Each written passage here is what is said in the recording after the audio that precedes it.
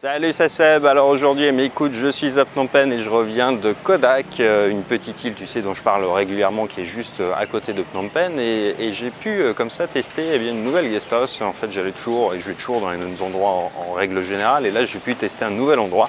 Et j'ai découvert en fait quelqu'un avec qui j'ai pu discuter, qui est installé, un Français installé donc depuis maintenant 4 ans, qui a monté sa propre affaire, effectivement, qui est une petite guest house.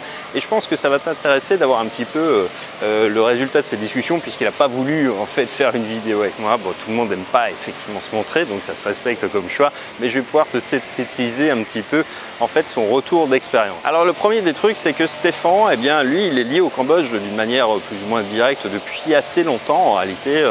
Il me disait que depuis son adolescence, en fait, il avait côtoyé des réfugiés cambodgiens au départ. Il était marié ensuite à une Cambodgienne et puis il a toujours eu un petit peu en arrière-plan ce désir de venir s'installer dans le pays depuis très très longtemps en réalité. Et puis il est venu très régulièrement à partir de 1999, donc tu vois, c'est pas avant-hier. Et le pays n'était pas du tout le même que maintenant. Alors à l'époque, effectivement, c'était quand même un peu vraiment beaucoup le Far West, quoi. Ceci dit, eh bien, il a pas franchi le cap immédiatement. Il allait se promener, il a fait beaucoup de tours du Cambodge. Il a visité plein d'endroits, enfin d'une part pour voilà, découvrir un peu le pays, et puis surtout ensuite pour faire un petit peu de prospection, mais d'une manière un peu passive, tu vois. Et puis un jour, il est tombé là sur l'île qui est pas très loin de Phnom Penh, effectivement, et puis il a encore une fois prospecté. Enfin, tu vois, ça a duré quand même 2-3 ans, je crois, de mémoire, avant qu'il ne franchissent le cap, quoi. Et en réalité, entre-temps, les prix, ils ont explosé au Cambodge. Et c'est vrai que les budgets n'étaient plus du tout les mêmes et que ça a presque remis en cause son projet. Enfin bref, je ne vais pas te donner les chiffres précis parce qu'à la fois je ne les connais pas super bien et puis parce que je vais te donner des fourchettes, c'est plus simple. Donc en gros, son investissement pour acheter une maison qui existait, une maison qui était dans le style Khmer, et puis la retaper, donc avoir le terrain, la maison et les travaux, ça lui a coûté entre 50 et 100 000 $ en gros. Il a quand même fait pas mal de choses par lui-même aussi, ça a minimisé les coûts. Et puis ça lui a permis de s'intégrer en fait sur place assez facilement en fait sur l'île, parce que c'est vraiment la campagne, tu vois, t'es pas en ville du tout et les gens sont exactement les mêmes qu'à la campagne, c'est-à-dire qu'ils te regardent un petit peu arriver, ils te regardent voir ce que tu fais, comment tu le fais, etc. Et puis lui, c'est quelqu'un qui effectivement est assez proche des gens, donc ça a beaucoup aidé pour s'intégrer facilement. Ensuite, d'un point de vue business, écoute, il a 3 chambres. Il aurait peut-être pu en faire plus, évidemment, mais bon, 3, c'est une maison qui est d'une taille raisonnable, donc 3 chambres à l'étage. Lui, il occupe la partie basse. Et puis, son boulot, c'est, tu vois, de prendre soin un petit peu des gens, des clients qui passent.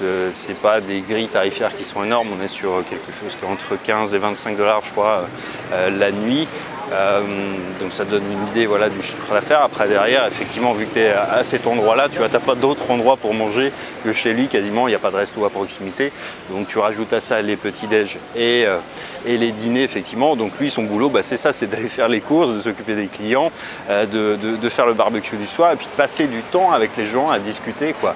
Et ça, c'est vachement intéressant comme expérience parce qu'effectivement, c'est quelqu'un qui est très agréable pour la discussion, tu vois, qui ne va pas hésiter, qui ne va pas te dire qu'il est occupé, qu'il a autre chose à faire. Il va vraiment prendre le temps d'être avec toi, il va te montrer les trucs sur l'île, il va vraiment faire un peu le guide touristique et donc aller bien au-delà en fait de ce qu'il devrait faire théoriquement.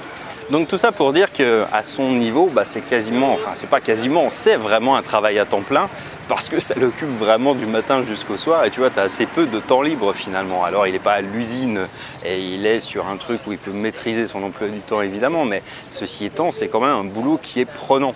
Après le gain, effectivement, tu vois, on n'est pas non plus au Cambodge sur un truc où tu as 99% du temps où c'est occupé. Là quand j'étais, on est sur de la basse saison, mais il y a 2 chambres sur 3 d'occupées. Donc tu vois, c'est fluctuant.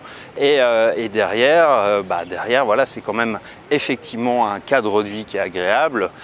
C'est un business qui est un petit peu un business model de pré-retraite, je dirais presque. Enfin, tu vois, quand tu as vraiment une grosse taille de structure, effectivement, c'est un vrai business. Quand tu es sur un truc un peu intermédiaire comme ça, c'est un truc qui est qui est vraiment un peu, ça la cool quoi. Donc effectivement, c'est un mode de vie qui peut satisfaire certaines personnes. Si c'est ton cas, effectivement, ça peut sans doute te convenir. Mais il faut avoir conscience à la fois que c'est pas cadeau, c'est plus cadeau comme ça avait pu l'être à d'autres époques. Donc encore une fois, lui, il a acheté il y a 4 ans.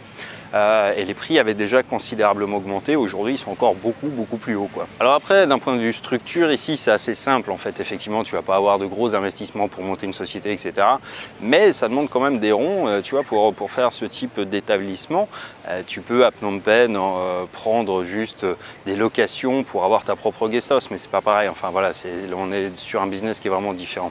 Et le principe de Kodak, c'est ça, c'est que à la fois tu ménages ton cadre de vie, et lui, c'est ce qu'il voulait, c'est t'inviter un petit peu, tu vois, dans un cadre sympa au Cambodge, et puis de l'autre côté, pouvoir trouver une activité qui lui permette de vivre sans avoir besoin de bosser pour quelqu'un d'autre, et puis de devoir sacrifier un petit peu ça. Donc la conclusion en fait de mon passage chez Stéphane, c'est que c'est un business intéressant effectivement si à la fois tu as des ronds à investir au départ, si tu as la fibre, parce que tu vois moi par exemple, enfin j'aurais pas la patience, et puis j'ai trop la bougeotte aussi, donc je pourrais pas faire ce qu'il fait. Je pourrais le faire peut-être à plus grosse échelle, c'est-à-dire tu vois avoir une structure où tu as, je sais pas, 15 chambres par exemple, parce que là tu vas mettre en place des gens, tu auras les marges financières suffisantes pour embaucher des gens qui vont gérer le quotidien. Mais moi j'ai pas l'envie en fait de me bloquer à un endroit comme ça, mais après c'est respectable comme choix, effectivement c'est un mode de vie qui est cool quoi, et effectivement c'est agréable, mais encore une fois c'est pas réservé à tout le monde, il faut avoir donc de l'argent, il faut avoir la volonté de te dire que tu vas être un petit peu bloqué, et puis de l'autre côté que tu vas devoir t'intégrer aussi, que c'est pas un truc qui va être acquis, et puis derrière il va falloir t'occuper des clients, et si tu veux que ça marche bien, il va falloir t'en occuper plus que très correctement, ce qui fait d'une manière géniale. Enfin tu vois, j'ai rarement vu des gens aussi disponibles pour toi quand tu as une question, un truc, envie de discuter, pas envie de discuter, t'emmener quelque part, bref c'est vraiment quelque chose qui est presque sacerdotal dans l'idée quoi. Alors pour conclure, c'est voilà un truc que tu peux faire au Cambodge, tu peux encore le faire certainement à d'autres endroits, il y a eu plein de guest house qui se sont montés comme ça en Thaïlande, il y en a beaucoup, il y a des villes typiquement à Chiang Mai où tu en as plein, trop même. Donc c'est jouable. Tu as des endroits où on pourrait en créer de nouvelles avec un peu moins d'argent d'ailleurs, mais c'est quand même pas un business tu vois, où tu peux arriver les mains dans les poches en disant que tu vas te la couler douce. Non, c'est un vrai métier encore une fois, et ce que j'ai retenu moi c'est que tu vois, ce qu'il fait, je pourrais pas le faire parce que j'ai pas cette envie, ce caractère d'aller toujours côtoyer les gens, leur demander, leur proposer des trucs, tu vois, être disponible pour eux. C'est pas un truc que je ferais aussi facilement que lui et donc aussi bien que lui.